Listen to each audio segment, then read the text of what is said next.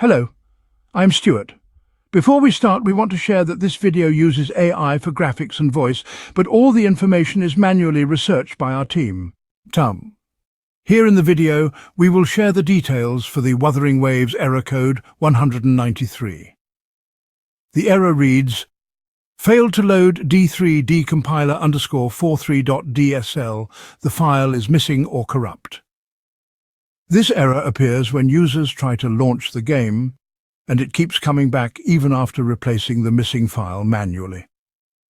According to our research, this issue is most likely caused by missing or corrupt DirectX files or a problem with your graphic driver.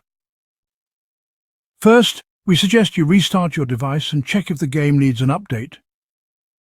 If it does, install the update and then try launching the game again.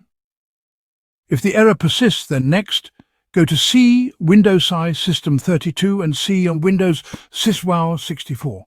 Then open the WW Launcher and click on Install or Uninstall in the UE4 DirectX installer. This depends on what you have done before. When you get the error mentioning a specific .l file, find that file in both folders and delete it. Then repeat the process and see if the file gets reinstalled. If the installer was on Uninstall, it will change to Install after one run. You might need to repeat this step multiple times as the warning file name can change each time. If the error still appears and you are using an NVIDIA graphics card, then check if your driver is up to date.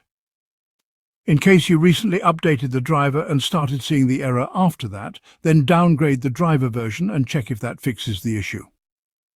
At last, if nothing else works and you are okay with reinstalling the game, then uninstall Wuthering Waves, restart your device and reinstall the game.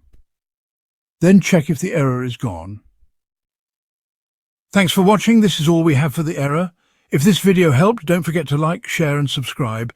Have any questions or issues? Drop them in the comments below. See you in the next one.